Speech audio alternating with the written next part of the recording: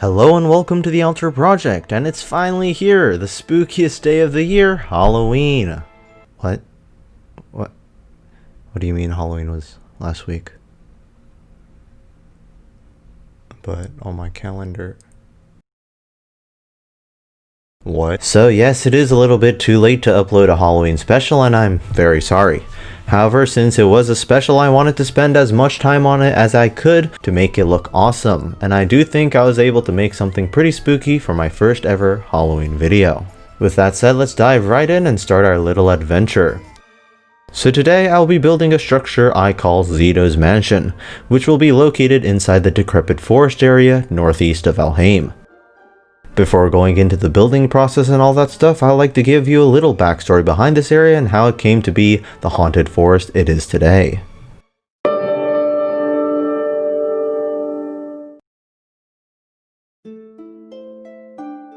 Here in the tundra, a great war took place, taking the lives of hundreds. The forest died and the souls of the lost continued to wander even after the war ended. It was shortly after the war when travelers who've entered the forest started going missing. News spread of a new haunted forest located in the Great Tundra, and the disappearance of travelers continued until a certain man walked up to the forest's entrance. "What angers you?" the mysterious man asked. A little surprised, the lost souls hesitantly replied, "Our bodies were burned by the flames of war, and our souls wander here abducted of honor. We have no bones to plot an insurrection, and can only exist within this region." The man looked down for a while, arms crossed, and then finally answered, "Would you want to live again? Just in a different body?" While confused, the souls answered, "Yes. Just once more would we want to relish the warmth of our lost ones, and then we would pass on at ease." The man smiled and said, "I see. I'm afraid there's one condition though. Serve me until this life of mine ends, as I will give you the life that was abducted by the war." This mysterious man was named Zito, and he had the special ability to manipulate souls. Using his powers, he was able to relocate souls into inanimate objects, and so he did to the hundreds of souls wandering the forest. Of course, this is only a legend, and while the disappearance of travelers did stop, nobody has seen a living object, or a man with magical powers, or a wandering soul. Only a mansion never recorded in the history books was found, looming ever so grandly across the foggy lake inside the decrepit forest. So to begin with, I started building the mansion's facade. Long ago, I drew this sketch in my notebook in which I felt the urge to build in Minecraft ever since. The art style is heavily inspired by the architecture from Thriller Bark and One Piece, and I wanted to build this type of gothic architecture in my Minecraft world as well. The center structure has a giant clock on the top decorated with stained glass colored with the hues of Halloween. I also explored new ways of building bricks. For the mansion, I built a layer of polished blackstone in the back and then covered it with a brick pattern using stone brick blocks. I made the roof out of red nether brick blocks as well.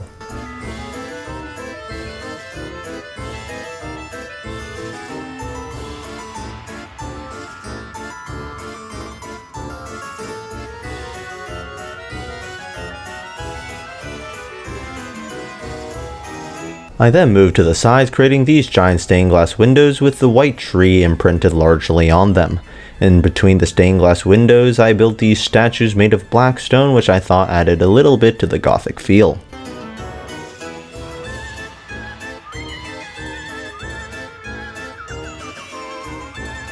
According to my sketch, the center facade recedes and connects to a larger mansion in the back while also being flanked by these two smaller mansions in the front. I began with building the mansion in the back since I thought it would make a few things easier and started decorating the walls respective to my sketch. I started building the top layer and then went down in order, which took much more time than I anticipated, probably due to the fact that once I started building I couldn't help myself from adding smaller intricate details, which I guess in a way somehow aligned with the tracery aspect in Gothic architecture and made the mansion, in my opinion, cooler.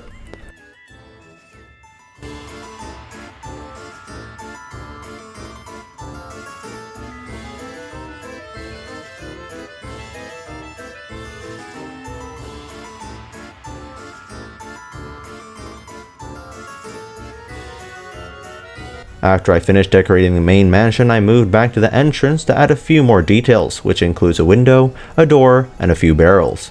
Soon after, I used the copy and flip tool to flip the one side of the mansion to the other side to make things symmetrical.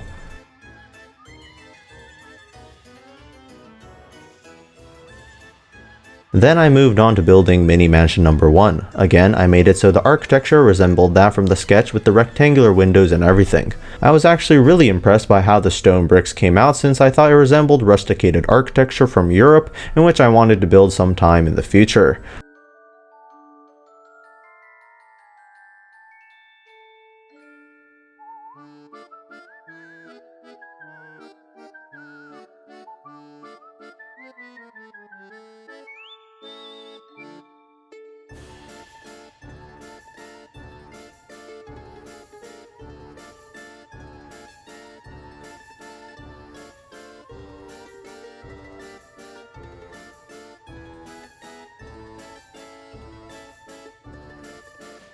The back of the mini mansion is basically a copy and paste of its facade.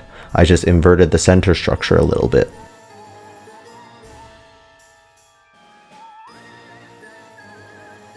This is pretty much it for the mansion portion. After completing the mini mansion, I linked the two mansions together by building this bridge.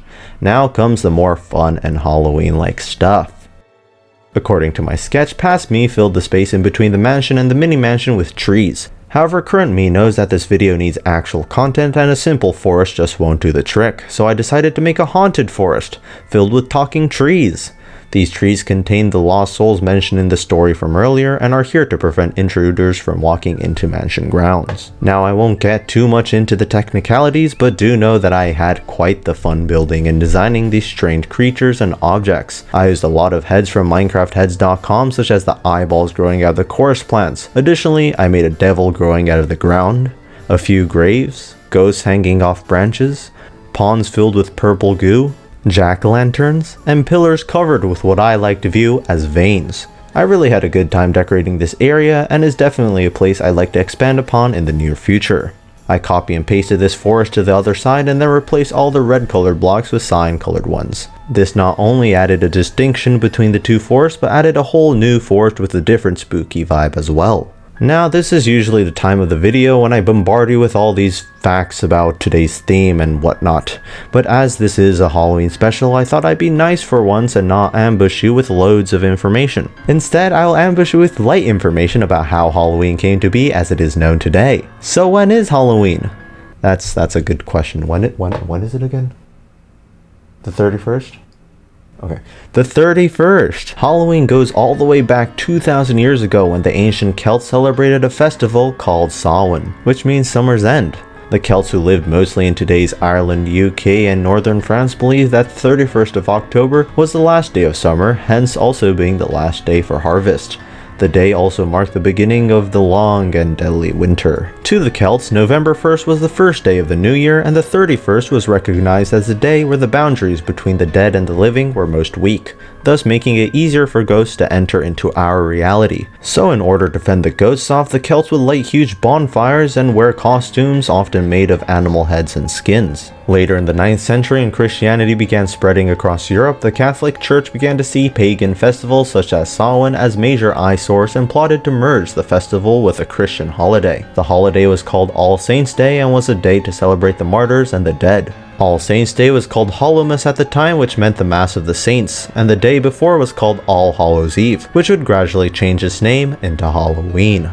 However, the Halloween we know today wouldn't really take shape until the Irish immigrated into the US in the 19th century due to the Irish potato famine. Here, their cultural traditions spread and helped popularize Halloween in the US. It became custom to dress up on Halloween in the US and go around the neighborhood asking for money and food. At the same time, playing tricks on neighbors became a popular event at this time of year as well. During these pranks, children would wear masks to avoid being seen. The prank soon escalated into a rather threatening problem. To stop the children from vandalizing, storekeepers began handing out candies as an exchange offer. This event will later morph into what we know as trick-or-treating, a phrase that would become one of the most renowned worldwide, used specifically on the last day of the spookiest month of the year.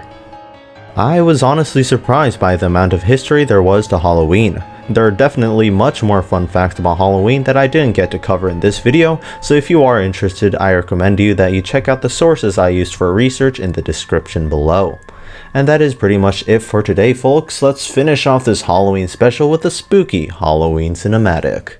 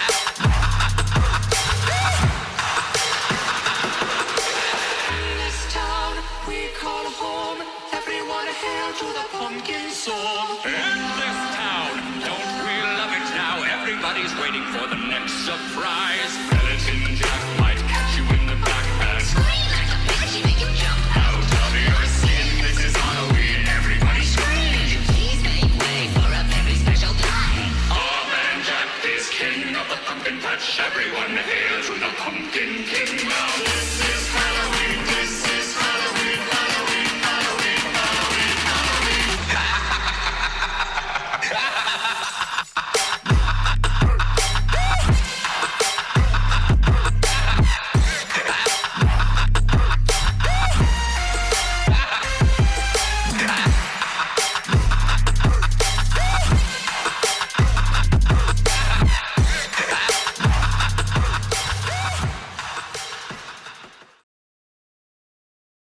So that is pretty much it for today, guys. Next video, I'm honestly undecided. I'm debating whether to go back to Alhain or to continue my trip eastward and build something snowy. Either way, before I upload my next building video, I would be uploading another addition to Alter's arcade series, in which this time I will be playing a new game I call Banner Siege with my very good friend, My Back Hurts Ryan. So do look forward to that. So that is it for today, guys. I hope you enjoyed the video. Take care, and I'll see you soon. Bye.